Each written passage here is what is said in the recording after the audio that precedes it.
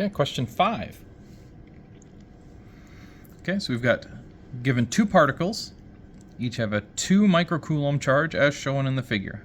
Okay, so that would be this one here and this one here.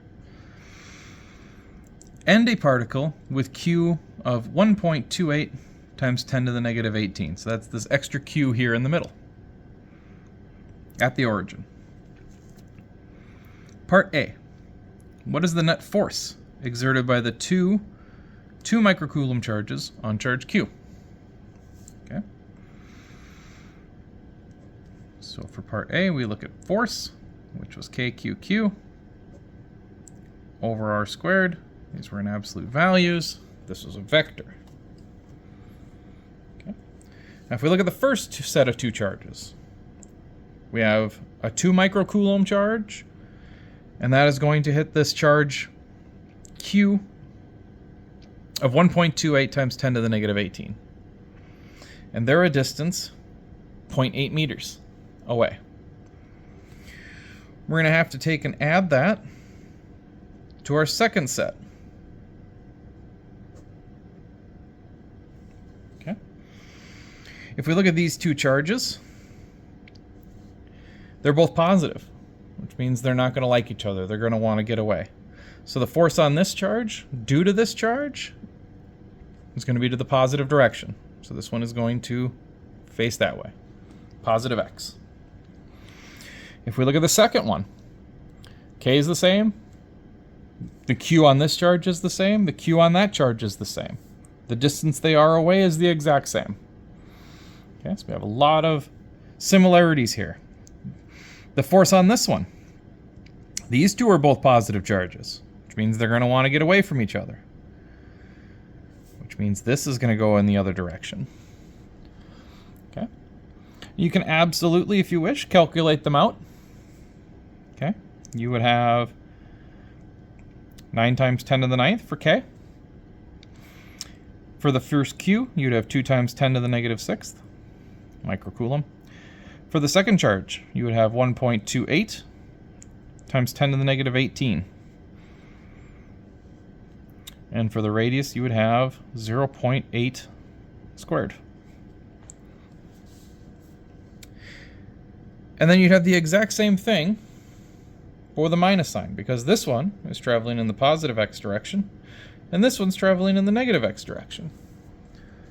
So you'd have this number minus this number. What does that get you? 0. They cancel each other out. Okay.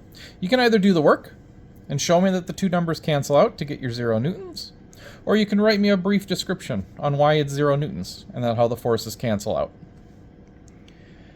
For part B, it's quite similar. Part B says, what is the electric field at the origin due to those 2 microcoulomb charges? Okay. Well, for part B, electric field is also a vector. KQ over R squared.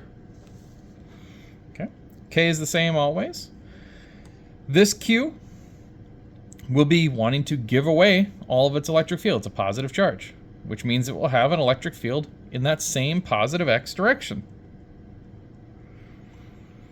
Plus, we're going to have the second charge, the exact same distance away with the same magnitude, also trying to give everything away, which means we will have it again in the negative X direction. And these two numbers will cancel each other out.